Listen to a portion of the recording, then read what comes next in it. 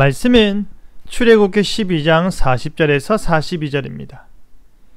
이스라엘 자손이 애굽에 거주한 지 430년이라 430년이 끝나는 그날에 여호와의 군대가 다 애굽 땅에서 나왔은즉 이 밤은 그들을 애굽 땅에서 인도하여 내심으로 말미암아 여호와 앞에 지킬 것이니 이는 여호와의 밤이라 이스라엘 자손이 다 대대로 지킬 것이니라.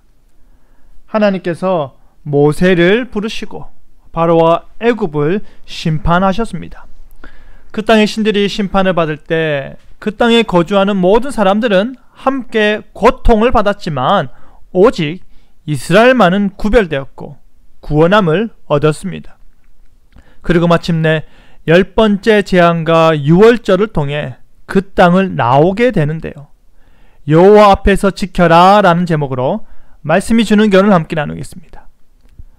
모세가 이스라엘 모든 장로를 불러 이스라엘 온 백성의 가족대로 어린 양을 택하여 유월절 양으로 잡고 그 피를 문 임방과 좌우 설주에 뿌린 뒤 아침까지 한 사람도 자기 집 문 밖에 나가지 말라 명하였습니다.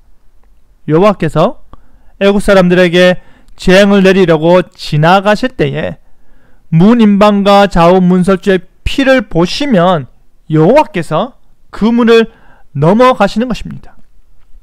이와 같이 넘어감으로 인해 구원을 얻는다라는 것이 유월절의 의미입니다.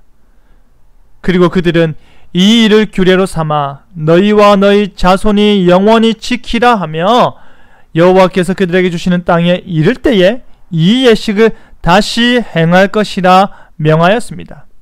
훗날 약속의 땅에 들어가 출애굽과 유월절을 경험하지 못한 이스라엘의 자녀들이 유월절 의식이 무엇이냐고 묻는다면 여호와께서 애굽 사람에게 재앙을 내리실 때에 애굽에 있는 이스라엘 자손의 집을 넘어서 우리의 집을 구원하셨다고 대답하는 것이죠. 드디어 날이 이르러 10번째 재앙이 온 애굽 땅에 임하였습니다. 처음 난 것들은 모두 죽임을 당하였고 유월절 어린 양의 피를 바른 집 안에 거주한 처음 난 것들은 모두 구원을 얻었습니다. 그리고 그들이 그 땅을 나왔습니다. 유아 외에 보행하는 장정만 해도 60만 가량에 이르렀다고 합니다. 그리고 수많은 잡족과 양과 소와 심이 많은 가축이 그들과 함께 하였습니다.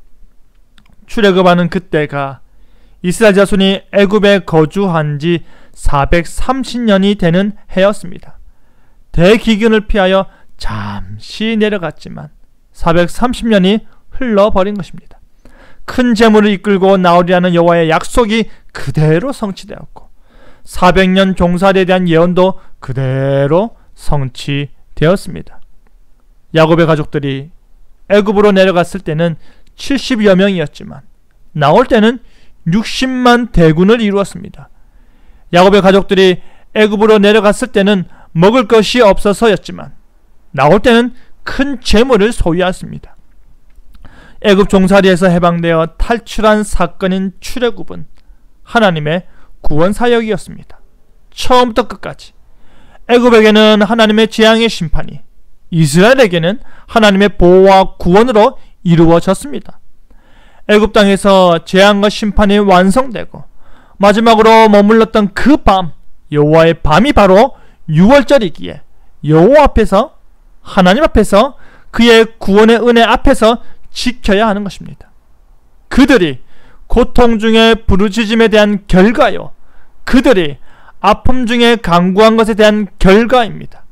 그 구원의 밤을 기억하며 이스라엘 자손 대대로 지켜야 하는 것입니다. 사랑하는 성도 여러분, 이스라엘은 고통스러운 나날들 가운데 한 것이라고는 운거밖에 없었습니다. 하나님께서 그 울음을 들으셨고 하나님께서 모세를 부르셨고 하나님께서 자신의 이름을 여호와로 드러내셨습니다. 이스라엘을 약속하신 바대로 애굽으로부터 구원하여 이끌어내셨습니다.